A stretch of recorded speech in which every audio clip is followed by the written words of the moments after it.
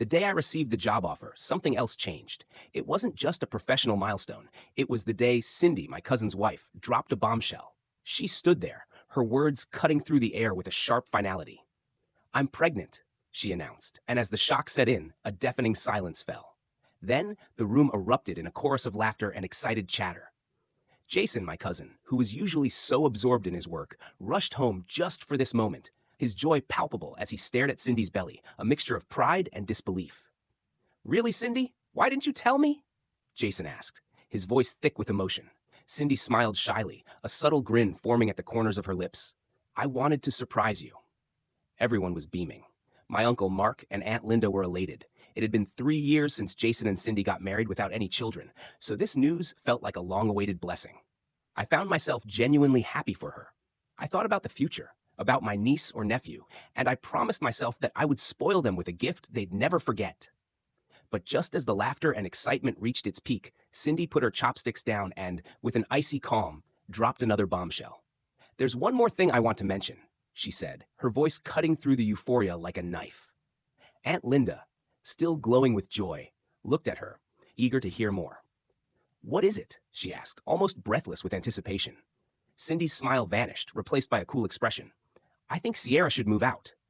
The words hung in the air, thick and suffocating. "She's already found a job, and now that I'm pregnant, it's going to be inconvenient once the baby arrives," Cindy continued, her voice unwavering. "There won't be enough room for everyone." The room froze. The air, once thick with joy, became dense with tension.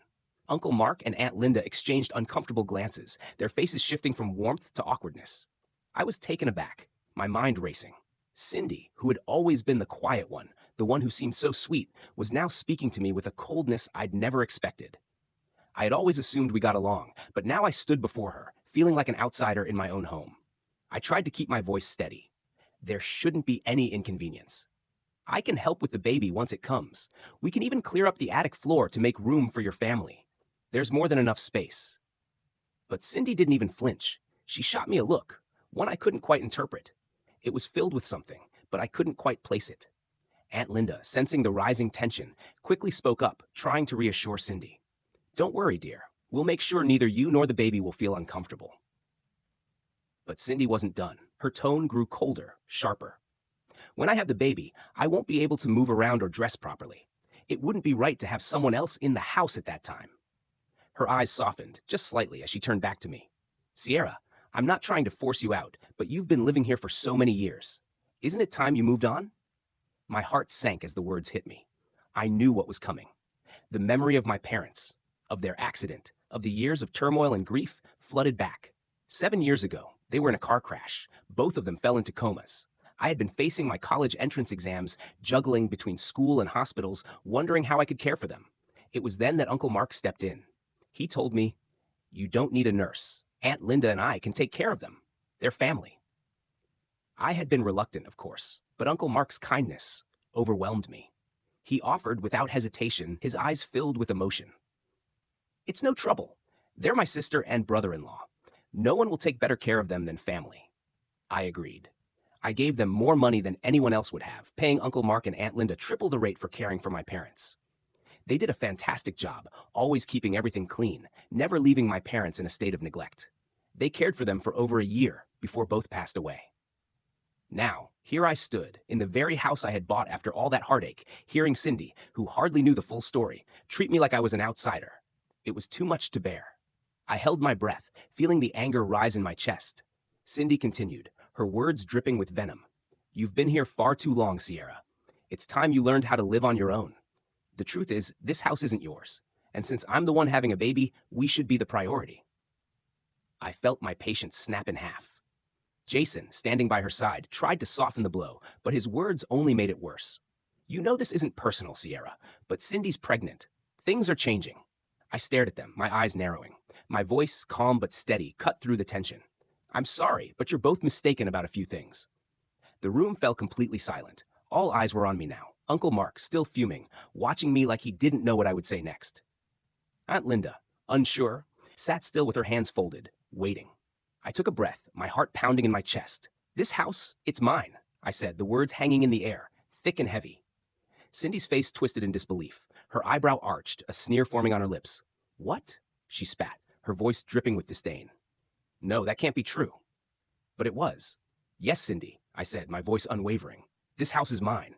I bought it with the money I inherited after my parents passed away. I paid Uncle Mark and Aunt Linda to care for them while they were in comas. After they died, every penny spent on this house, from its upkeep to everything else, came from me. Jason stood frozen, looking as if he'd just been hit by a freight train. Cindy's face shifted from smug superiority to something darker, rage, humiliation. She turned pale, her lips trembling, but she quickly masked it with a look colder than before. Jason's voice wavered as he asked, "But Dad, this can't be right, right?"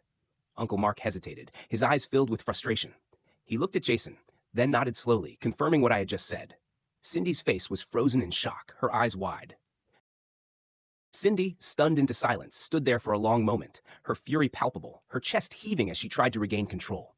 She opened her mouth once, twice, each time as if she was about to lash out, but the words simply didn't come. I had caught her off guard. I had completely disarmed her. Finally, after a tense pause, she muttered, almost to herself, "So you're saying this house is yours?" I nodded, calm, collected. "Yes, the house is mine, and the money we've been using to cover expenses here? That comes from me, too." The words hung in the air like a storm cloud, thick and suffocating.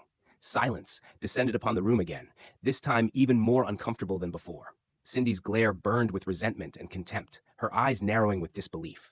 Jason, standing there, looked utterly lost, his eyes darting around, unsure of what to do or say. What had begun as a night of celebration had now twisted into something darker, more sinister.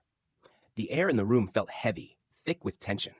Cindy, clearly struggling to hold on to what little dignity she had left, stood up abruptly from the table. Without a word, she turned sharply and marched upstairs, her back straight, her face twisted in anger.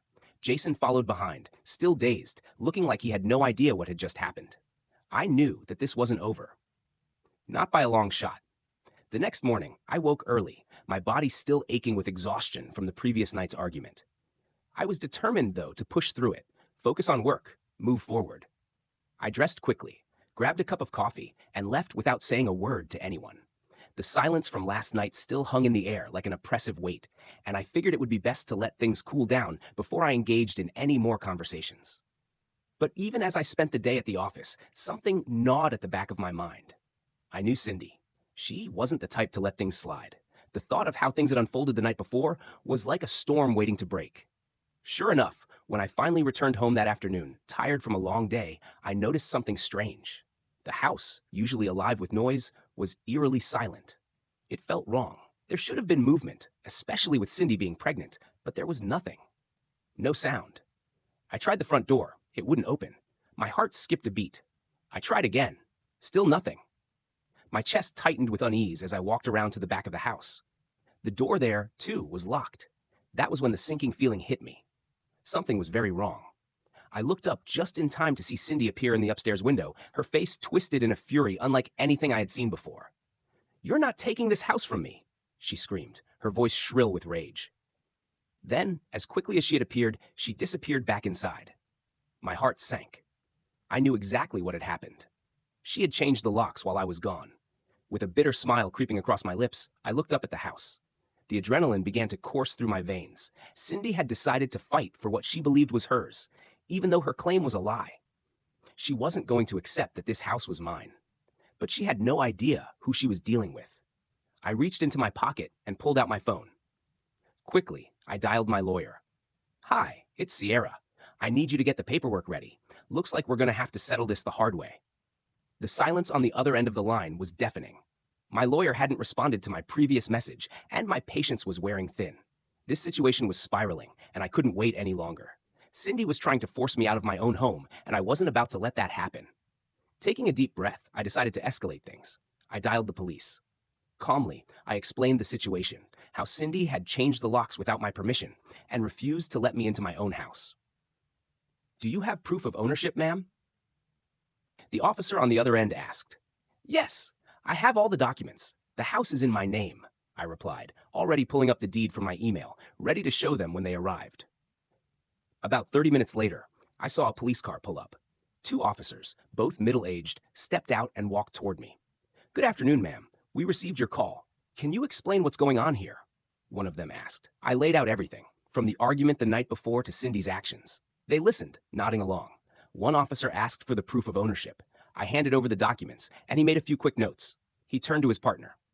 "Let's talk to her," he said, and they made their way up to the front door. They knocked. A few seconds later, Cindy appeared. Her face was flushed with anger, but when she saw the police, her expression quickly shifted from shock to irritation. She knew at that moment that things were getting serious. "What's going on?" she asked, trying to feign innocence. One of the officers calmly explained the situation, making it clear that the house was legally mine and that she had no right to change the locks or prevent me from entering. Cindy, as defiant as ever, tried to argue, "This is ridiculous.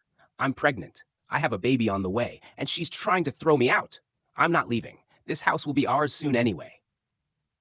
The officer shook his head, unfazed. "Ma'am, we're not here to discuss the future. What matters is the legal ownership. Right now, this house isn't yours, and you changed the locks without permission. That's trespassing." Cindy's composure cracked. "I'm not leaving," she shouted, her voice shaking with fury. "This house should be mine. You can't force me out." The second officer, who had been silent up until now, stepped forward and spoke firmly. "You have two options, ma'am. Either you leave the house now, or we'll arrest you for trespassing. It's your choice." Cindy's face drained of color. She shot me a look, burning with hatred, but she knew, deep down, that she had lost. Her defiance crumbled, and after a few tense moments, she screamed, "You'll regret this." Her voice was full of venom. "I'm leaving, but this isn't over." She stormed upstairs, and I could hear the angry sounds of her packing her things. Jason wasn't there. He was at work, but I knew when he found out, he would be furious. But I didn't care. Cindy had crossed a line. A few minutes later, Cindy stormed back down the stairs, suitcase in hand. Her face was twisted with rage, and she stormed past the officers without a glance at me. But before she left, she turned and shot me one final venomous look. Without another word, she stormed out the door. I stood my ground, refusing to let her words get to me. I had done the right thing. After the officers left, I stood alone in the living room, feeling the weight lift from my shoulders. Cindy was gone, and she wasn't coming back. In the weeks that followed, Jason tried reaching out, but my decision was final. Cindy would never set foot in my house again. Even when their baby was born, I held firm. Cindy had shown her true colors, and there was no way I was letting her back into my life or my home. Eventually, Jason and Cindy found another place to live. I moved on with my life, in peace. From that day forward, my home was truly mine again, and I made sure Cindy would never cross that threshold again. Do you think I did the right thing?